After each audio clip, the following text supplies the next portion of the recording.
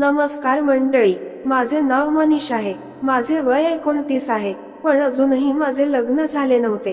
कामानिमित्त मी शहरात आलो आणि एक रूम भाड्याने घेऊन राहू लागलो. माझ्या घरासमोर एक मुलांची आई राहत होती.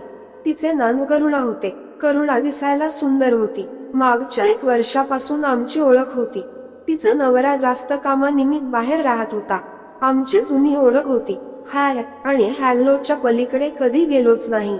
कधी कधी नजरेसमोरून गेलो तर कसे आहेत असं विचारत होतो, किंवा तिच्या मुलाचा लाड करत होतो. एक दिवस तिच्या मुलाची तब्येत ठीक नव्हती आणि ती ऑटो पाहत होती. मग बाहेर जात असताना मला ती दिसली. मी विचारलं काय झालं.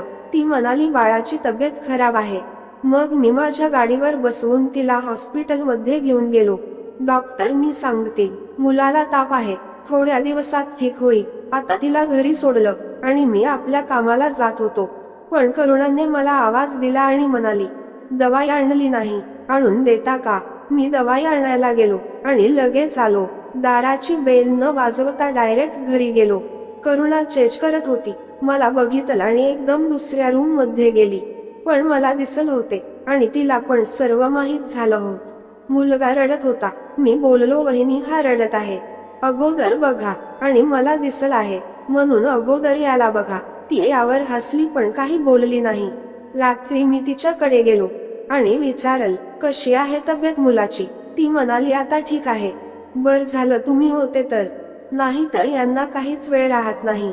मी बोललो, तुमच्या मला वेळच वेळ आहे, तुम्ही मला केव्हा पण बोलवा. आता वहिनी हसली आणि माझ्या बोलण्याचा अर्थ पण समजली.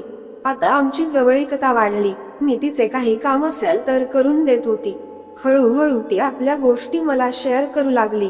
आता मला करुणा आवडू लागली होती आणि वहिनीला पण माहित होते, कारण माझ्या नजरेवरून ती समजली होती. तो होळीचा दिवस होता. होळीला मी रंगपंचमी खेळून घरात येत होतो आणि मला करुणा दिसली. माझ्या मनात तर ती होतीच. ती दार उघडून समोर होती. अगोदर मी तिला पाणी मागितलं. तिने मला पाणी दिलं. तिचा मुलगा झोपून होता आणि मी करुणाला रंग लावला. रंग लावताच करुणाचा आनंद खूप वाढला होता. तिच्या पण हातात रंग होता.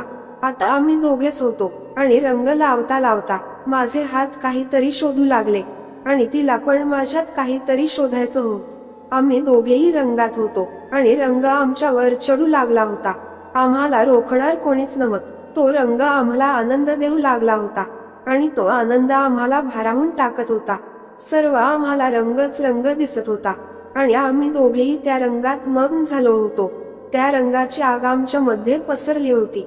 आता आणि काही वेळाने शांतता पसरली आणि करुणा म्हणाली, तुम्ही रंग लावलाच. मी म्हणालो, हो, मला तुम्हाला रंग लावायला आवडत होते म्हणून मी लावला.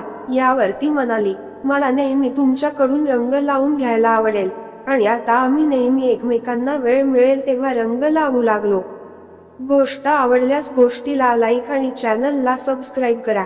धन्यवाद.